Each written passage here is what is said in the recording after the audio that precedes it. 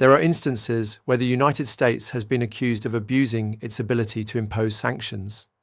Sometimes the sanctions are applied excessively or without sufficient justification, leading to unintended consequences. On Iran.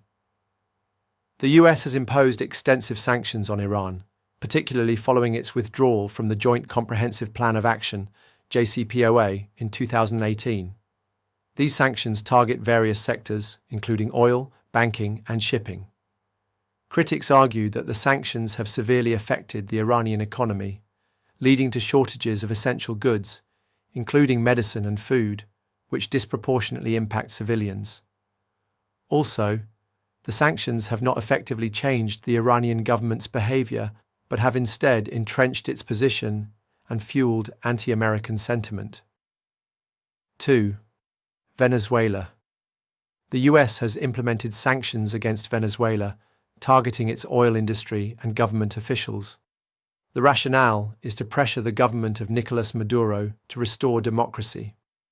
However, the sanctions have contributed to a humanitarian crisis, with millions facing food and medical shortages.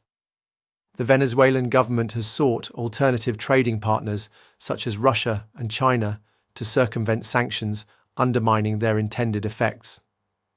3. Cuba.